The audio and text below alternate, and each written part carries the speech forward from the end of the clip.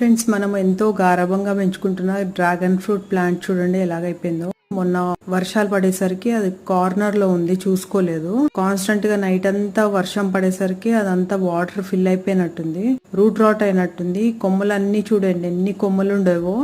చిన్న పాట్ లో కూడా బాగా పెరుగుతుందని హ్యాపీగా ఫీల్ అయ్యేదాన్ని. ఒకటే ప్లాంట్ బాగా సక్సెస్ఫుల్ గా వచ్చింది. చాలా సీడ్స్ వేసాను, చాలా సీడ్లింగ్స్ వచ్చాయి. కానీ లాస్ట్ సమ్మర్కి అన్నీ పోయాయి అనమాట. ఇది ఒక్కటే మిలిగింది. ఇది వచ్చేసి 1.5 year ఇప్పుడు. దానికి లాస్ట్ జనవరిలో వేసాము, ఇప్పుడు దాదాపు 1.5 year అయింది. బాగా పెరుగుతుంది కదా అనుకునేసరికి ఈ ప్లాంట్ చూడండి ఎలాగైపోయిందో. అదే జామ చెట్టు ఇదే పాట్లో పెరుగుతుంది, బాగా పెరుగుతుంది. కానీ డ్రాగన్ ఫ్రూట్ ప్లాంట్ మాత్రం ఇలాగ డల్ అయిపోయింది. అసలు దీన్ని ఎలా ఏం చేయాలో కూడా తెలియట్లేదు. వేరే పాట్లో పెడదాము అని అంటేనేమో రూట్ చాలా డెలికేట్ ఉంది అనమాట.